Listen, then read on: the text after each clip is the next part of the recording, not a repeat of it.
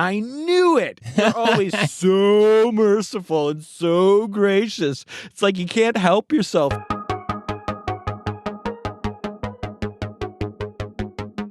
Well, hello, everyone, and welcome to the Bible Geeks Weekly Podcast. This is episode 98. I'm Brian Shealy. I'm Ryan Joy. And thanks so much, everyone, for tuning in. We are in week 8 of our cross-training series.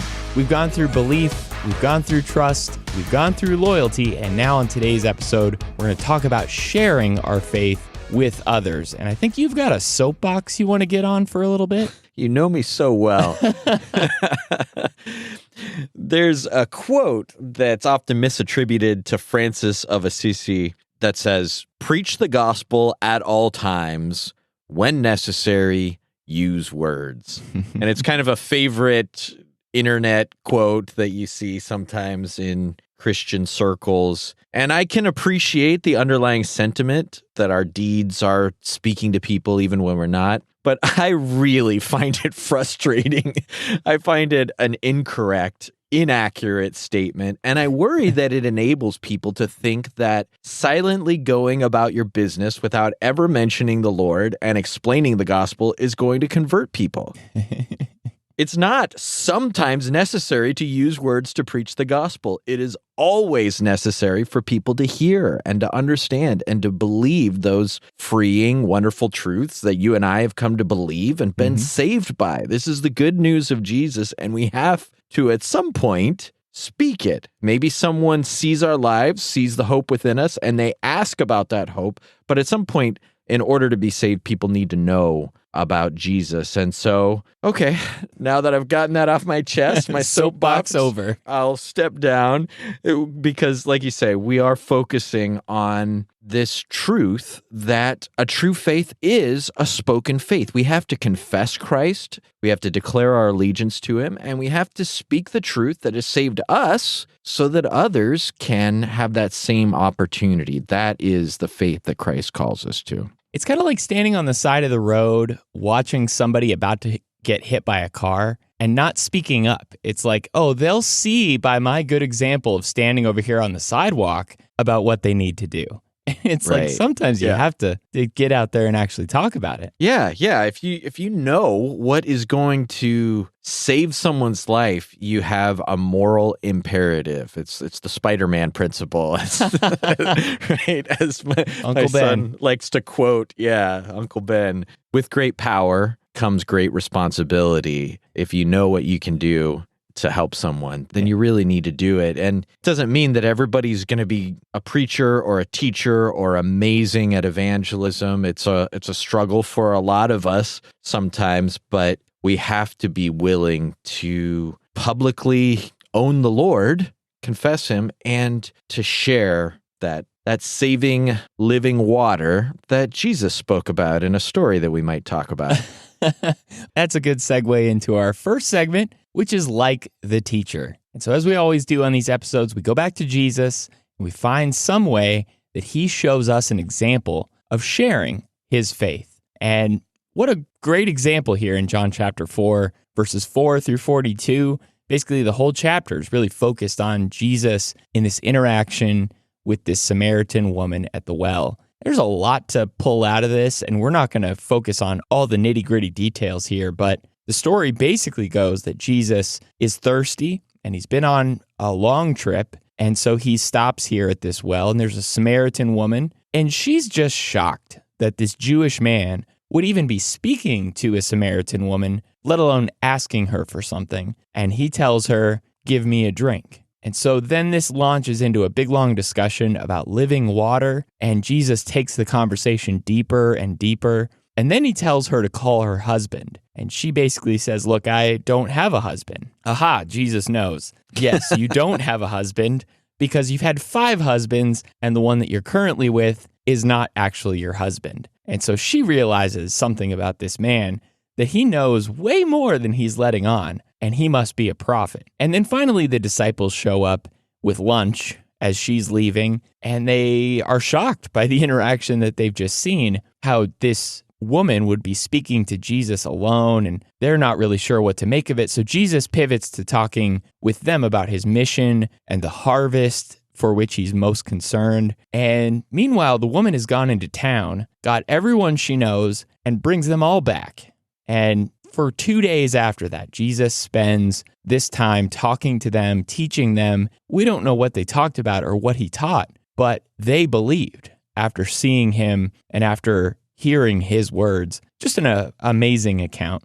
And so what do you get from this, thinking about sharing our faith, that really stands out at you? I went through and actually counted the number of times that Jesus spoke and then the woman spoke, and Jesus spoke and the woman spoke. It's a lot. And it's a lot. I counted 13 turns of the conversation here. And that's my big insight from this. I think there's a lot to take from it, but a conversation turns. You know, if you look at the meaning of the word, I'm kind of a nerd that way. And that's the idea. There's a converting, right? And dialogue has that same meaning. There's a dialogos. It's words going through, and there's like something flowing between people in this conversation. Definitely not one-sided. It's not. Jesus isn't preaching a one-sided sermon here. He has some long, profound paragraphs. He goes into some deep truths, but he started where she was. He asked her for a drink, and then he talks about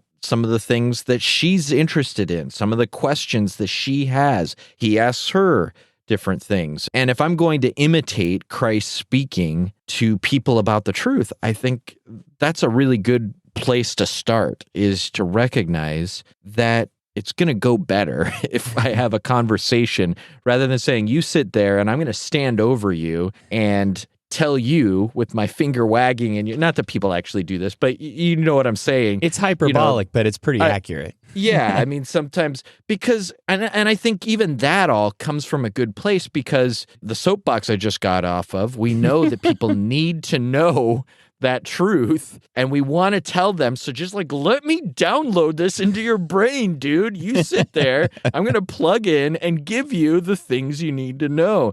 But it's more delicate than that. It takes people being able to hear it. And Jesus knows that. And so Jesus, instead of talking about being born again, like he did in the previous chapter to Nicodemus, here he talks about water. And he has this conversation about where you should worship, because that's a question that a Samaritan had. And that's the biggest thing I notice in this conversation, is just this back and forth of Jesus, where he so often has whole chapter red letter sermons. That's not what he does. He sits down, he and a Samaritan woman, so much that's scandalous in that, and they talk, and they talk about amazing things.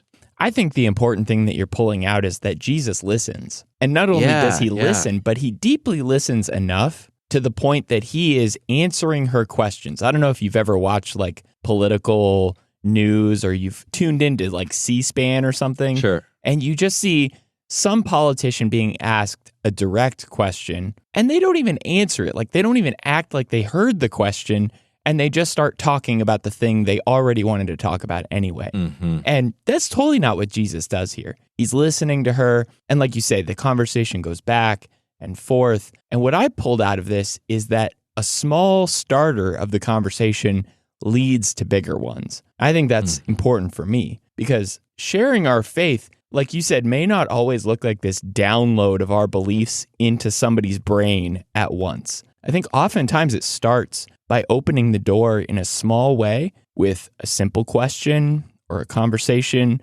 and then it goes into something deeper. He starts it out here with just a cup of water, and from that he launches into so many other deep things that are important for her to hear. And he targets this. He pulls the thread so that he can get to the point that he wants to make eventually. But he doesn't just blow past her questions if they weren't on point or on target or didn't fit the message he already wanted to talk about. He did answer them, and they were all leading to this final goal, like a snowball that just continues to grow until it finally became convincing enough to her.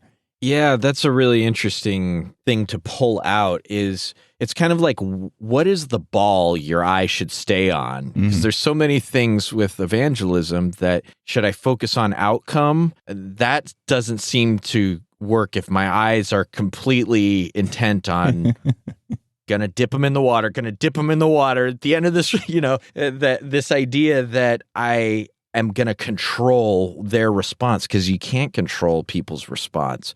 Or should I focus on the tactics, or should I focus on the data? And it's not that those things aren't important, but I think a good place to keep your eye that we can kind of see from this conversation is on the person. Right. And you need to know what they need to understand and the changes that need to happen. But you also have to know where they are and what's happening with them, and just pay attention to that. So I think that's a good place. If you have the context of the change that God wants to make in mind, then just really investing in kind of living with where they are and pointing out, as we've often said, helping them to find that next step. And maybe they're going to help you to find something also if you're fully there and invested in the conversation. All right, so let's get into our second segment. And that is Here's the Story.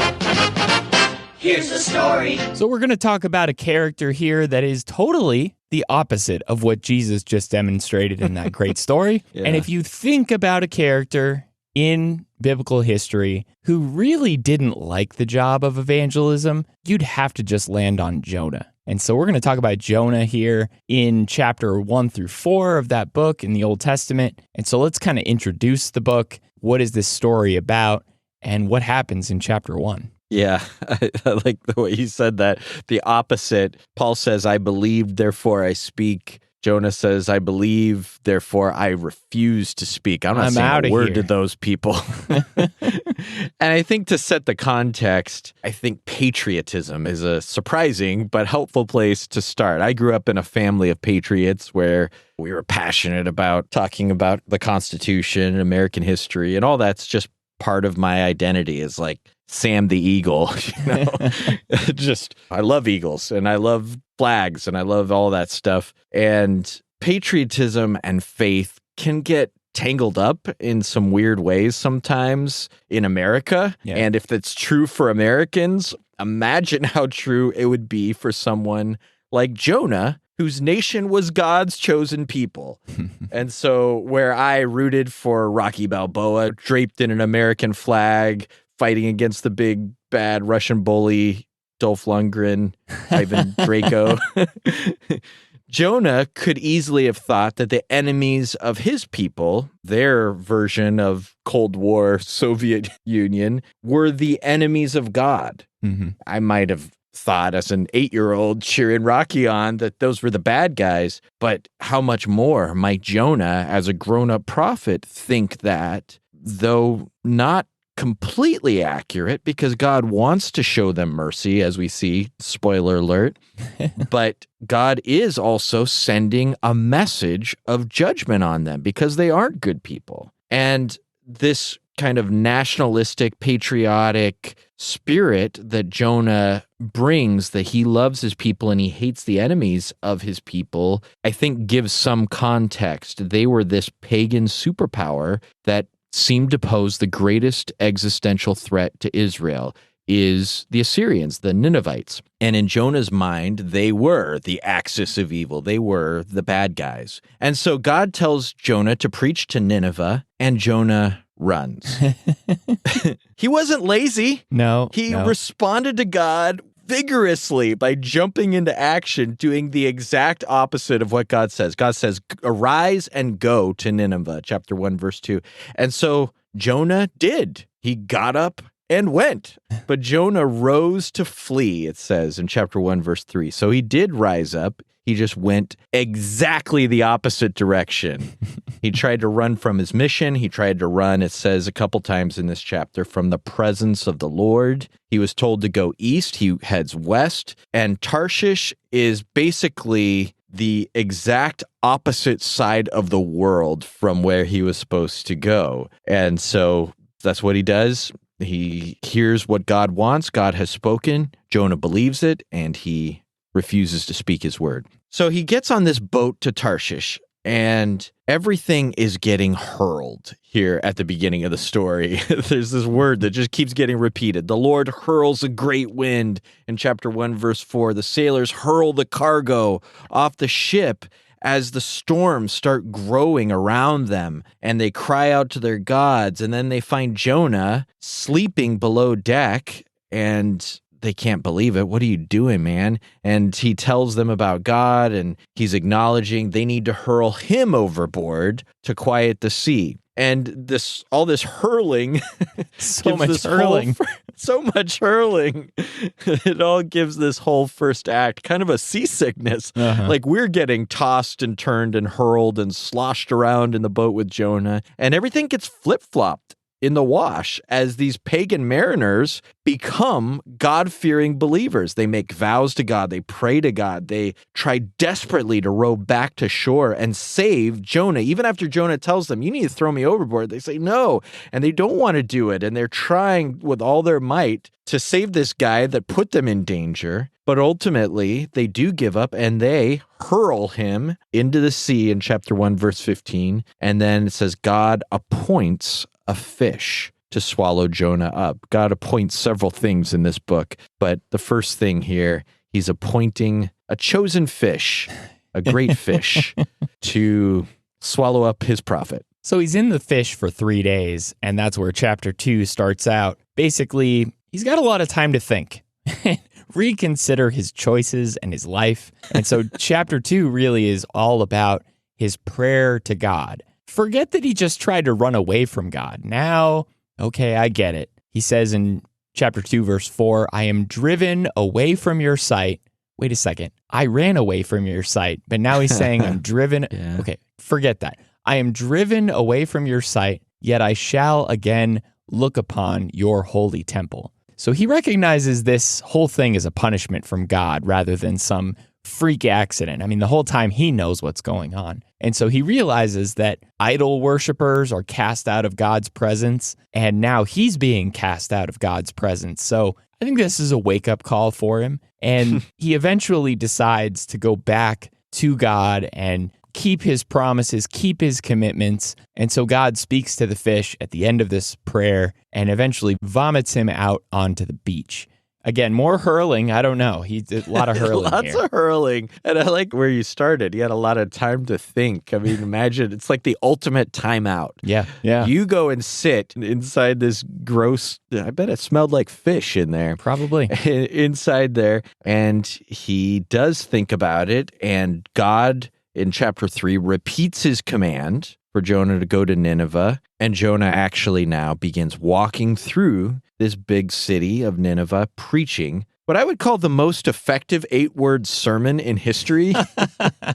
He says, yet 40 days and Nineveh shall be overthrown, and the whole city repents. So that warning was the thrust of the sermon, but the people clearly also recognize their need to repent before the true God. And even the king repents. He's fasting in sackcloth and ashes. He's saying they need to turn from their violence and their wickedness. And in an extreme measure, even the animals are commanded to fast. And so God sees this true turn as people are changing their minds, as people are changing their hearts and their lives because of this warning. And so God turns as well. He turns and changes from what he planned to do. Imagine how effective Jonah is in his preaching. I mean, obviously, God knew they were going to repent, which is why he sent Jonah in the first place. But imagine being such an effective preacher that you can convert an entire city of unbelievers. I mean, Jonah has to just be patting himself on the back, super proud of this, like, oh, look what I've done. But no, chapter 4, if you leave Jonah 4 out of this story, you walk away so impressed. But Jonah 4 comes along and the whole story just turns on its head. And he starts pouting and basically telling God, like, see, I knew this would happen. And he tells God, I knew that you are a gracious God and merciful, slow to anger, and abounding in steadfast love and relenting from disaster. As if that were a bad thing. Like, he's using that in almost a pejorative way against God. Like, I knew you would forgive them. He's not happy about this. He wants to die, in fact, now. And his enemies have been spared, and now he's just going to go sit under a tree and pout. But God isn't done with this whole situation. He strikes the tree with sickness, and it dies. And now the only pleasure that Jonah had is gone. And so God comes back and confronts him. And he's more concerned with the tree than he is with the 120,000 people who were just spared. Oh, and by the way, all the animals, but who were spared from disaster. And you just get this sense that Jonah is such a small man. And it leads me to kind of ask the question, like, where are my priorities? Where are our priorities in the way that we deal with people? I mean, he lived in a divided culture. He lived in this, like you were talking about, a nationalistic culture where they were the enemies. It's us against them. And we can definitely relate to that, I think, in a lot of ways. But God doesn't view people that way. Sure, there are enemies of God, absolutely. But these were souls who could be spared. And so if it's our aim to be like God and to show that kind of love and grace and mercy, to be slow to anger and abounding in steadfast love, I think that's what our goal should be, to be like God and to view the possibilities in people rather than just being their enemies and seeing no value in them. Yeah, well, I mean, you guys live in Phoenix still, and I've lived in Phoenix in the summertime, and imagine the lengths someone would go to if they didn't have cooling and air conditioning in Phoenix. It would be gross. It would be gross. You're like, I gotta have something. I'm calling. I'm trying to figure this out. In a way, it's kind of like if you didn't have heat right now in the 12 inches of snow we have around us here in Indiana. But that's kind of the comparison that God is making. You liked this fern that gave you cooling and made you comfortable so much, and you mourned and you wept, and you had your priorities were very much on your own comfort, as we will do so much for our own comfort. But will we walk next door and speak up the God, invite someone to our next Bible study we're having in our home, or just find a way to care like God cares for these thousands and thousands of people that, as he says, don't know their left hand from their right. And I'm with you. I think that one of the great messages of this is that God's mercy is still good news, regardless of what Jonah thought, whether he thought it was good news or not. It's never good, like you said, when we turn God's good character against him as an accusation. So he's basically quoting the way God described himself to Moses on Mount Sinai in Exodus 34, and all of these wonderful attributes, the graciousness and the mercy and the slow to anger.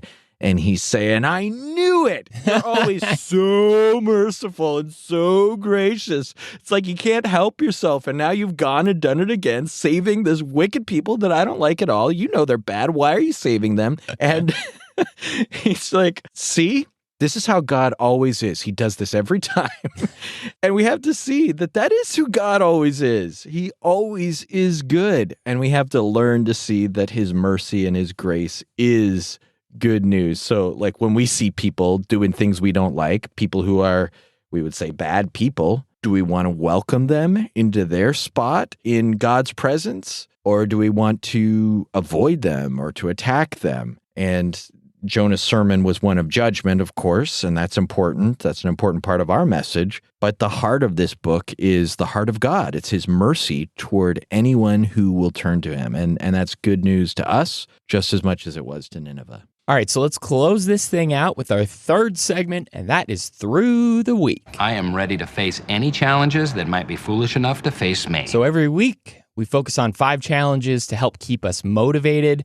So let's talk about the things this week that help us focus on sharing our faith with others. The first one is a reading challenge, and that's to read John chapter 4, verses 4 through 42, Matthew 5, 14 to 16, Acts 17, 22 to 31, 2 Corinthians 4, 13 to 18, and 1 Peter 3, verses 14 to 17. So I want to focus on that last one here because we talked about John 4 at the beginning of the episode. But 1 Peter chapter 3, verses 14 through 17 is this conversation that Peter's having with his audience there. And it kind of just centers around our tactic. Like, what is our tactic? And Peter mentions that we should always be ready to make a defense of our hope with gentleness and respect and a good conscience. And that is something That is, again, the opposite of what we see in Jonah.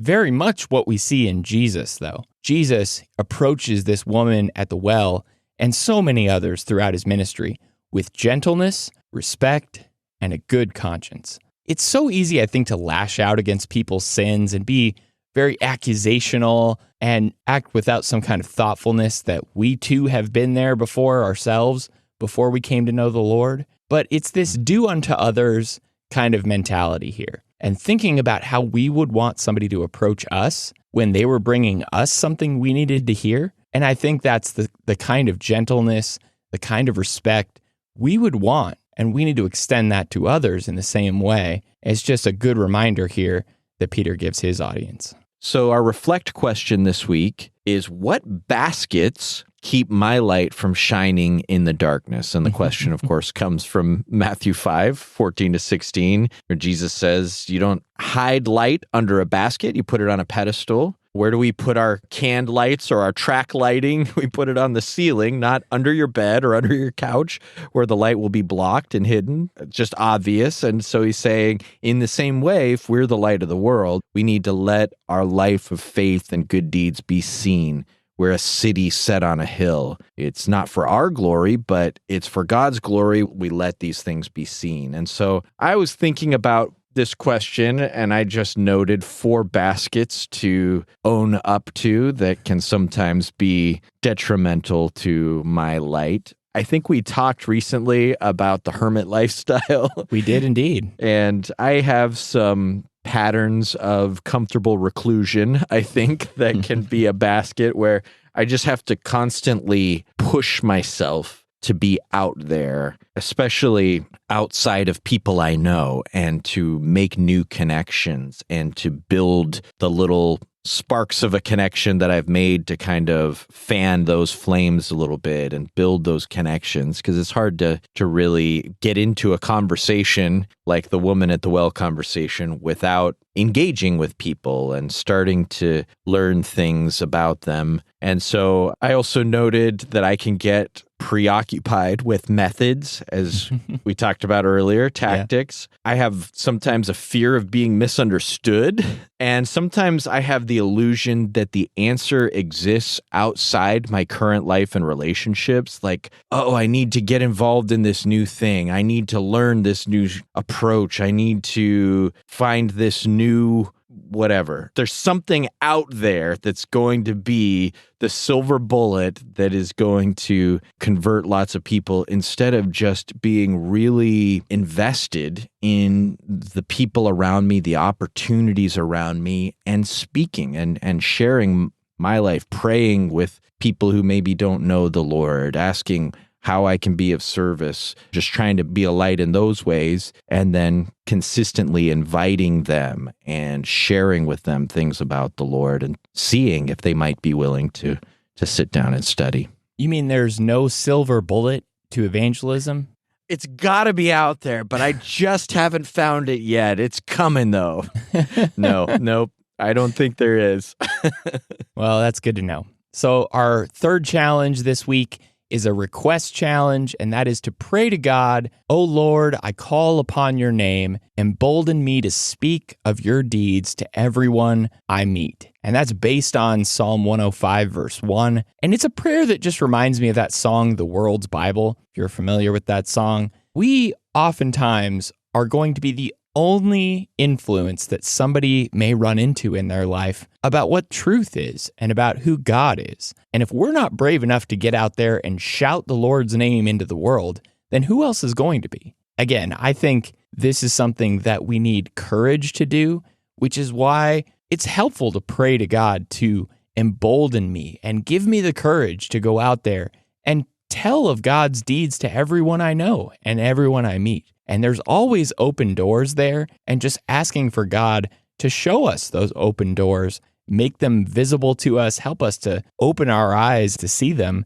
I think this prayer hopefully will be helpful in helping us see those opportunities. Yeah, I really love this prayer. It goes very well with the prayer in Acts 4 that the people of the early church prayed, "Grant that your servants might speak the name boldly." And I love that they didn't pray that the threat would stop, but that they wouldn't shut up because of the threat. That was their prayer. And that's great. So then our respond challenge is a way to take action. And the respond challenge this week is to find a way to mention the Lord to at least 2 people today. And 1 Peter 2, verses 9 to 10 gives, for me, an inspiringly simple description of our mission. It says that we've become God's special priests to proclaim the excellencies of him who called us out of darkness into his marvelous light. It's a really beautiful turn of phrase, but it's also not as scary to proclaim God's excellencies than it is to try to win a debate or something, you know? Sure. We can proclaim his excellencies with our deeds, as we talked about, but certainly we also need to use words, see earlier soapbox. and that's not that hard to say something to people proclaiming his excellencies. Right. Ultimately, we want to convert more people to God, but sometimes it starts with something as little as just consistently telling people how good God is, what he's done for us. You don't have to change someone's mind to declare God's love and his goodness. And so there's lots of ways to mention him, but I just wanted to note that that's one way that you can mention the Lord to a couple people today. Just saying something like, I just want you to know that I thanked God for you today. I'm so grateful he brought you into my life. Check. Now you've brought up the Lord, you've made a connection, and maybe there's a conversation that comes from it. Yeah.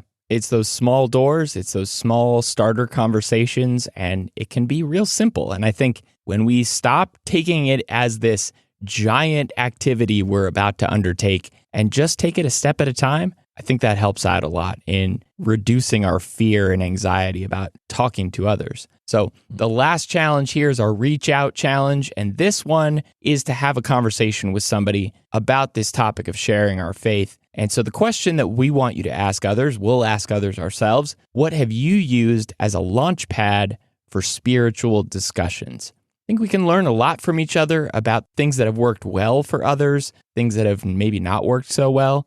So Ryan, what's worked well for you as a launch pad for spiritual discussions? Well, it's funny, when you're a preacher, it's really easy because hand him a business card. Here you go. Yeah. As soon as people know something about what you do as a job, you almost have to slow down the transition instead of speed it up, because people have these misconceptions, these preconceptions about what you're thinking about them. And I want them to feel comfortable being real as we talk about spiritual things. Sure. And so you're kind of trying to connect and let those conversations go there and lead them to spiritual places, but it is a really easy out. And it's probably true for other people. If people know that every Sunday, every Wednesday, every whatever, Friday night Bible study, you're constantly doing these things, they probably already know something about your faith. And so it maybe makes it easier